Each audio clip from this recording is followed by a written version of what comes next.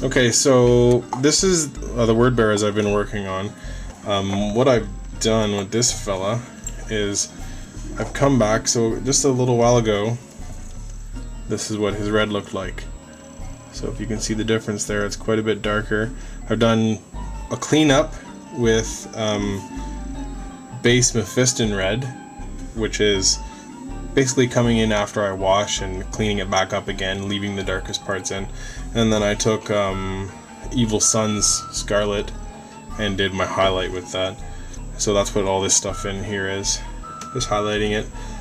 These guys are word bearers, so I've gone fairly extreme in my highlights. I'm not worried about it looking too heavy and too unblended, because I'm going to come back with the old Games Workshop red ink, this stuff, okay, and come back over it, and that's what gives him that I'm a word bearer look for color. So I'm going to go ahead and do that here. I'm just going to grab a little bit of my palette.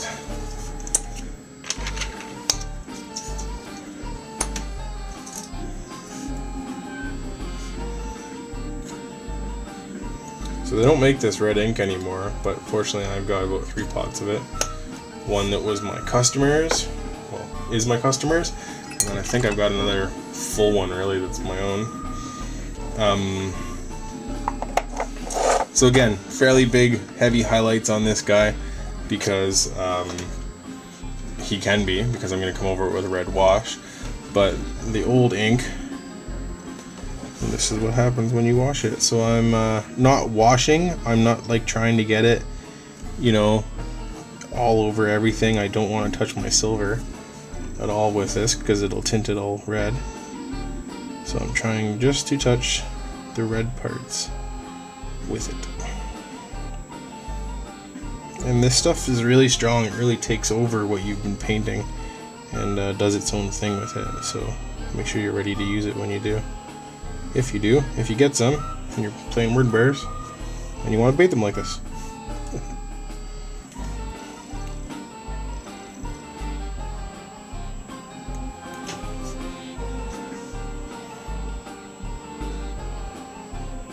Yeah, definitely not stuff that you want to make a whole lot of mistakes with. So, trying not to.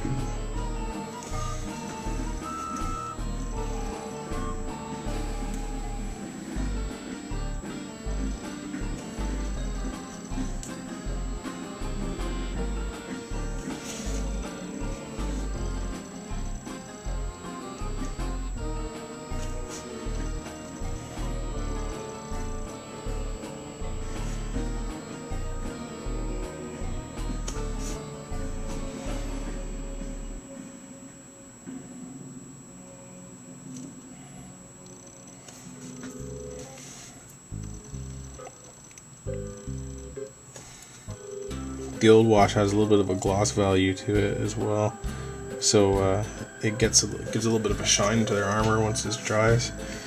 If you do more than one coat as well, it'll really will aid or really get rid of some of those highlights that you've done, and it'll darken up the model a lot, quite a bit, I find, once it dries.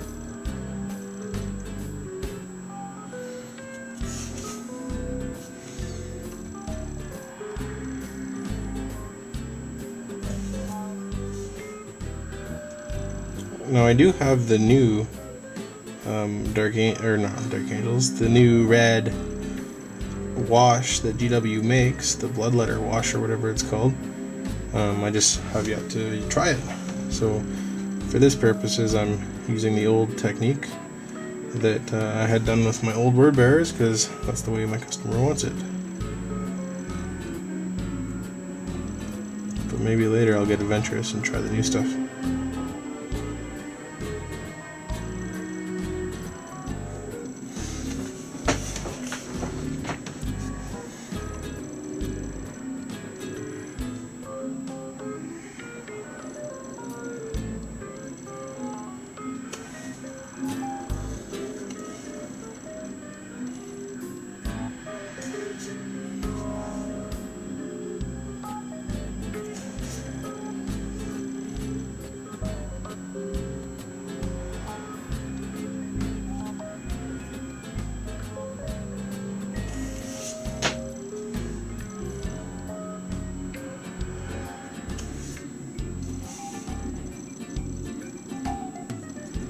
It's really hard to get used to holding your model into a frame when you're painting, because I think everybody's so used to pulling the model up to their face. I do need to get one of those monitors that you can hook up to your camera so I can see what I'm doing if I'm in shot or in focus or whatever. I'm sure a lot of the times I'm out of focus, but what can you do, eh?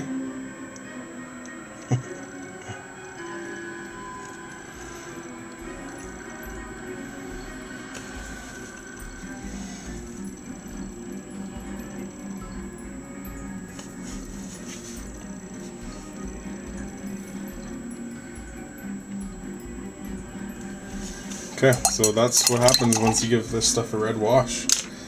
Let's set her up here for a little bit of a focus shot. Sorry if some of it was out of focus there. But, I mean, that stuff's still drying, but you can really see where it'll start to blend in what you've been doing and make it look the way it's supposed to. It sort of dulls down a lot of the highlighting work you do. So when you do use a wash like that, don't spend a whole ton of time you know, making perfect little highlights, especially if you use the thin paint, because then once you do this wash, it kind of blends it in.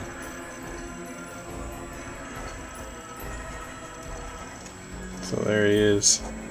So he's almost a word bear. I got some more work to do on him, and then litanies and stuff like that. I'll do a video of litanies after, but I'm really happy with how he's looking. There's the before. Let's get a sort of a side shot. Okay, there's the before.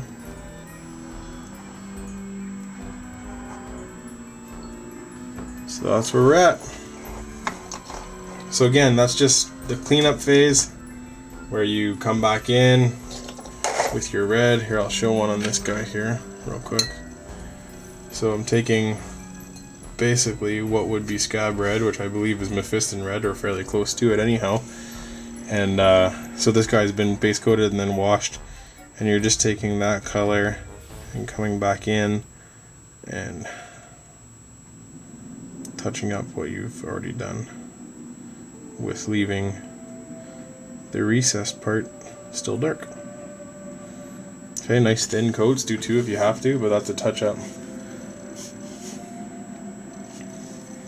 For his hand, I'd do this. A little bit of fingers, a little bit of glove, elbow, that sort of stuff. Okay, so really not that hard to get into once you get into it.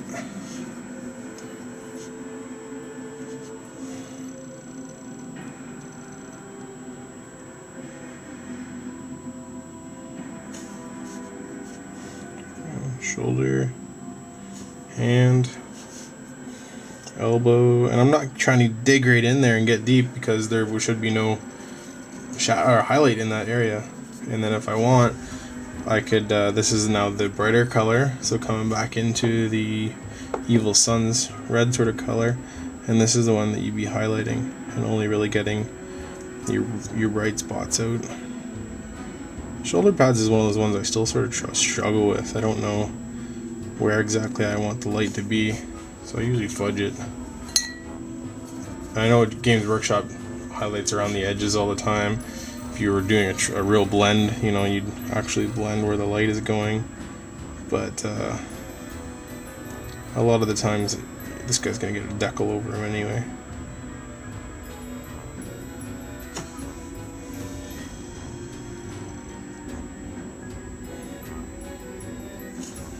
Okay, so that's the highlighted version.